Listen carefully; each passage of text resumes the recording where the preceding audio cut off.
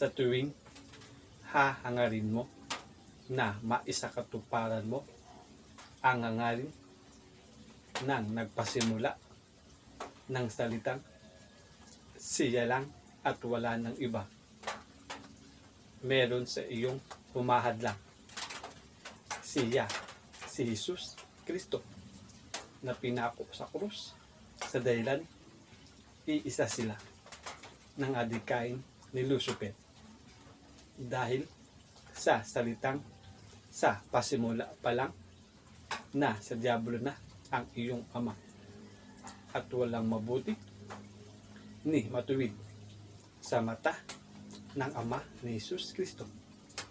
At si Jesus Kristo at ang kanyang ama ay iisa. Tandaan, naririnig at nakikita ng lumikha ng mundo ang lahat. Isa sa halimbawa ay ang panahon ni Noah at Lot at ang iniwan niyang 10 utos para sa tao.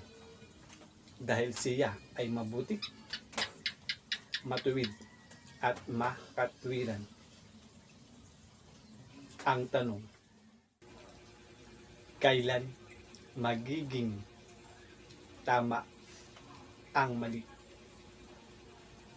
At kailan magiging mali ang tama?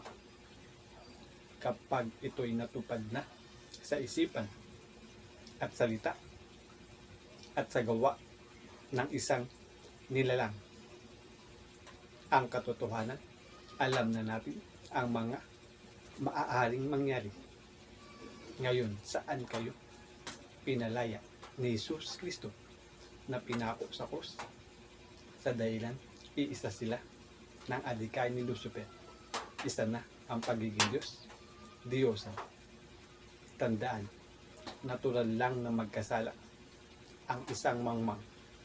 Isa sa dahilan ay ang kapabayaan.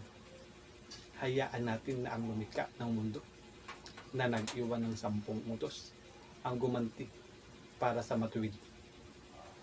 Gamitin mo ang iyong imahinasyon, paraan upang makita ang kahariang nilikha niya para sa iyo.